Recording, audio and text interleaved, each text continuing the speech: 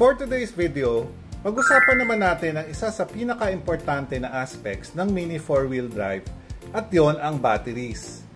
Kahit na maganda ang tuning ng car, pero kapag di maayos ang batteries, sigurado hindi maganda ang performance nito.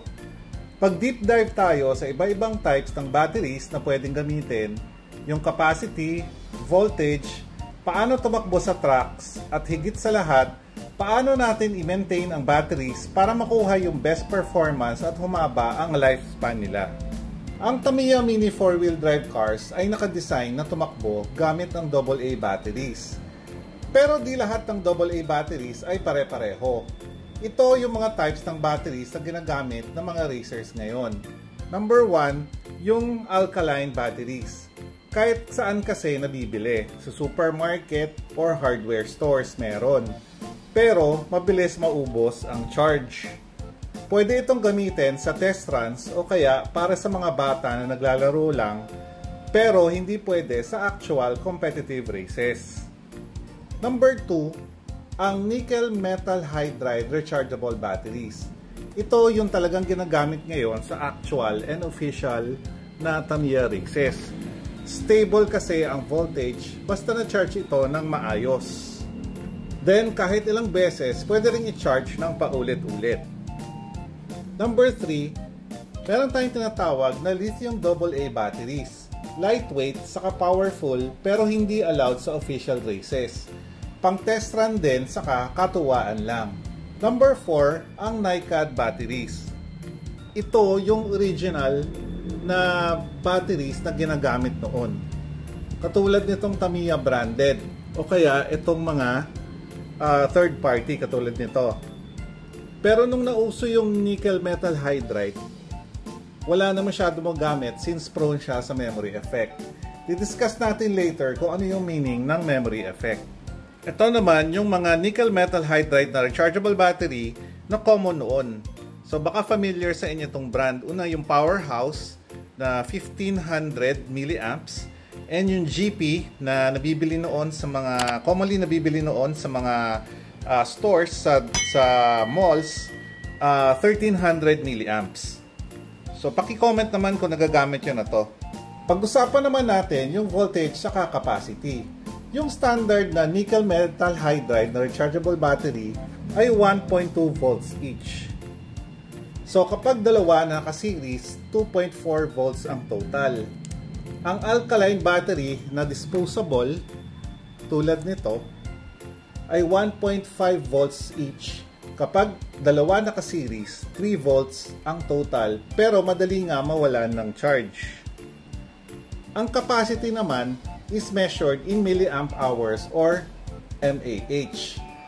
Pag mababa ang capacity tulad ng 600 milliamperes, mas madali maubos kesa sa 2,500 milliamps.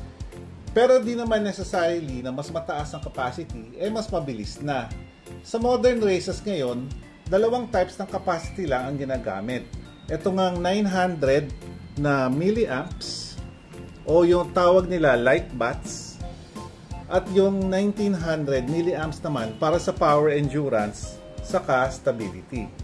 Yung choice na gagamitin na battery ay depende rin sa track layout. Sa high-speed tracks, kailangan yung batteries na high current pero di madali maubusan ng power. Sa technical tracks naman, kailangan ng stable at consistent na voltage. Discuss naman natin yung tinatawag na memory effect na pwede makaapekto sa performance. Ano nga ba ang meaning ng memory effect?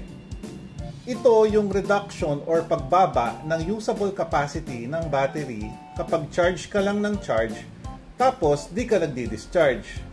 For example, ang nasa memory ng battery 100% pa rin, pero unti-unti bumababa na pala. Yung mga nickel-cadmium batteries tulad nito, medyo infamous dyan tulad ng mga naunang cellphones nung araw. Kaya nga napalitan na sila ng mga nickel metal hydride na meron pa ring memory effect pero di gaanong malala tulad ng NiCad. Speaking of charging, ito ang mga ilan sa dapat nating gawin para ma-maximize ang mga batteries. Part ng investment sa hobby ng Tamiya Mini 4-wheel drive ay ang smart charger tulad nito. Noon kasi, yung mga regular chargers lang ang ginagamit, so hindi natin alam kung fully charged na or kulang pa. Nagre-rely lang tayo sa number of hours na plugged in. Pagkatapos, gamit agad without the benefit of voltage control. Tulad nito na may screen pero walang discharge function, charging indicator lang. As much as possible, huwag natin pabayaan na masagad ang battery during track runs. Pag bumaba na ang performance, palitan agad ng fully charged na batteries. Number 3, mag-set ng number of cycles para sa charging and discharging. For example, every 10 to 15 uses, mag-full discharge na. Next, kung hindi mo na gagamitin ng 1 to 2 weeks, make sure na nakastore sa cool and dry place na meron at least 40 to 50% charge na natira. At last but not the least, maglagay ng small label or marker for each pair ng batteries para magamit sila ng pantay-pantay at sabay ang usage rate. At yun nga ang mga info na kailangan natin malaman sa mga batteries para sa mini 4-wheel drive natin. Minsan kasi tinitake for granted natin, basta naka-power on na, akala natin okay na siya. So, kailangan talaga maalagaan natin yung batteries as one of the important aspects ng pag-race natin. Share nyo naman sa comment section kung ano ang ginagamit nyo na batteries noon saka ngayon. As always, don't forget to like this video and pasabay na rin ng subscribe. Thank you for watching and see you on the next one.